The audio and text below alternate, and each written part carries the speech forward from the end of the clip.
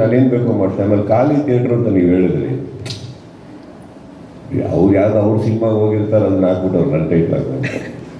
ನಂದೇನಿಲ್ಲ ಏಕೆಂದ್ರೆ ಒಂದು ನಿಮಿಷ, 5 ಬೆರಳು ಕೈಯಲ್ಲೇ ಸರ್, ಕೈಯೆಲ್ಲ 5 ಬೆರಳು. ಕರ್ನಾಟಕದ ಎಷ್ಟು ಬೆರಳುಗಳು ಸರ್ ಎಣಿಸೋಕ್ಕಾಗುತ್ತಾ?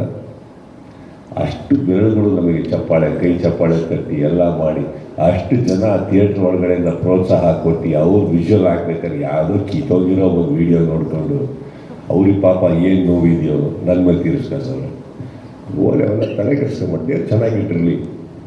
ಅಟ್ಲೀಸ್ಟ್ ನೀವು ನೋಡಿದ್ರಲ್ಲ ವೀಡಿಯೋ, ನಂಗೆ ಅದ್ರ ಬಗ್ಗೆ ಖುಷಿ. ನಾನು ನೋಡಿಲ್ಲ.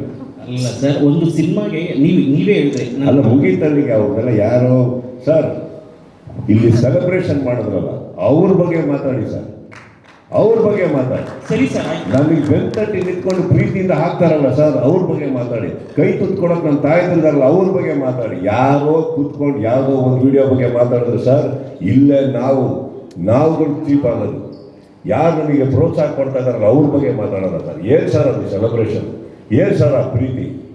ಒಬ್ಬ ಒಂದು ವಿಡಿಯೋ ನೀವು ಹೇಳ್ತೀರಾ ಸರ್, ಒಂದು ಲಕ್ಷ ವಿಡಿಯೋ ಅವ್ರು ಬಿಡ್ತಾ ಇದ್ದಾರೆ ಥಿಯೇಟ್ರ್ಗಳಲ್ಲಿ. ನಡೀತಾ ಇದೆ ಸರ್ ಇದೆಲ್ಲ ಪರ್ಫೆಕ್ಚುಯಲ್ ಆಗಿ. ಅವ್ರ ಬಗ್ಗೆ ನಾನು ಮಾತಾಡಿ ನನ್ನ ಲೈಫಿಂದ 1 ಸೆಕೆಂಡ್ ವೇಸ್ಟ್ ಮಾಡ್ಕೊಳ್ಳೋಕೆ ಇಷ್ಟಪಡೋಲ್ಲ. ಎಲ್ಲ ವೇಸ್ಟ್ ನನ್ನ ಮಕ್ಕಳು. ಅವ್ರ ಬಗ್ಗೆ ನಾನೇನು ಮಾತಾಡೋದು ಸರ್?